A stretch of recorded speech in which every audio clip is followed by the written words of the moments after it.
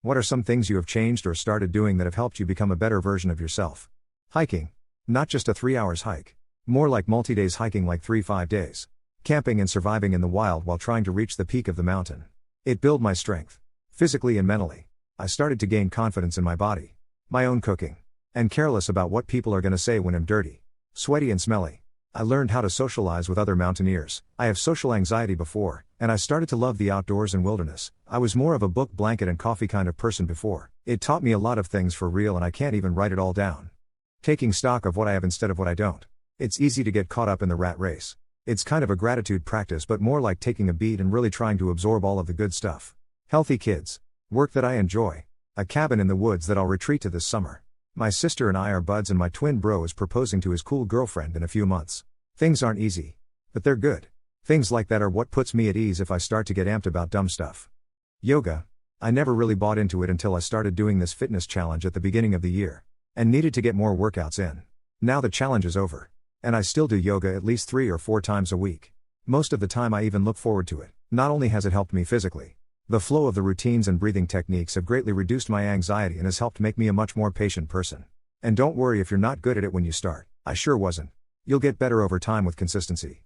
I don't go to a class either. Because my schedule is pretty full, I just use some great YouTube videos and do it in my living room. How do you feel when someone on the internet refers to you using masculine pronouns? On this sub, I generally feel the need to specify that I'm in a queer relationship when talking about my partner. And I do it specifically so people know that I'm not a man. Especially since I have slightly more facial hair in my avatar. Other than that, I don't care. I get misgendered IRL often, and it doesn't bother me in the least since I do it as non-binary, but I guess I go for pronouns equals all. It doesn't bother me. A lot of people see my username, misread it as Spike, and assume I'm male.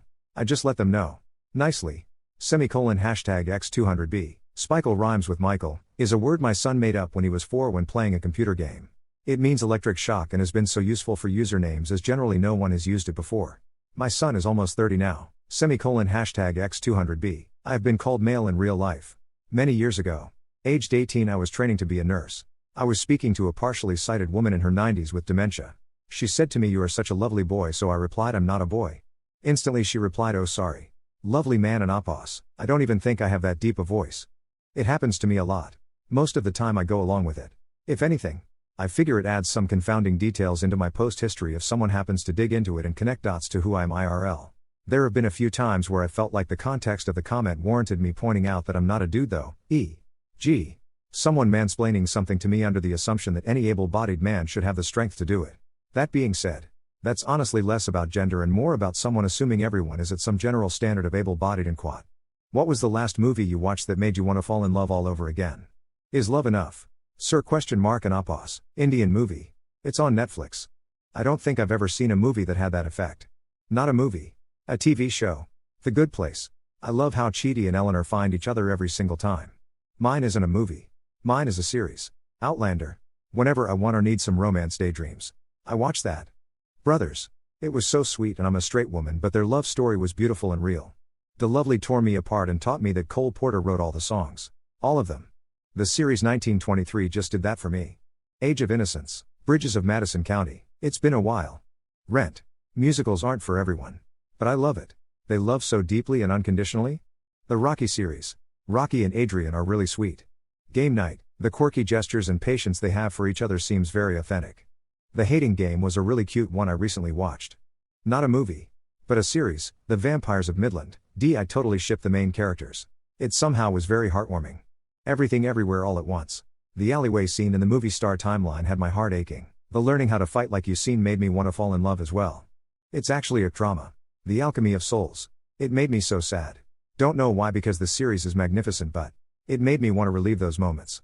When it felt like you're in high school again and you and him are the only ones that matter. Plus there is I love you. You don't love me. But you fall harder later. Don't know why that is appealing. Feels a bit romantic. You will know what I mean once you watch it. Why is there such a fuss about finding the clitoris when it's literally the first accessible part? You kinda answered your own question. Sex education is abysmal in many places. Cause a lot of straight men are too lazy to bother taking 2 seconds to look for it.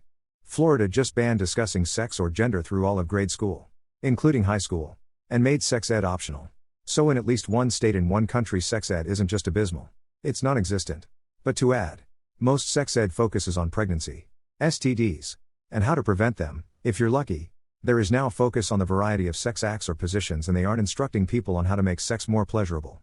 That's actually the premise of the ending of the movie The Girl Next Door.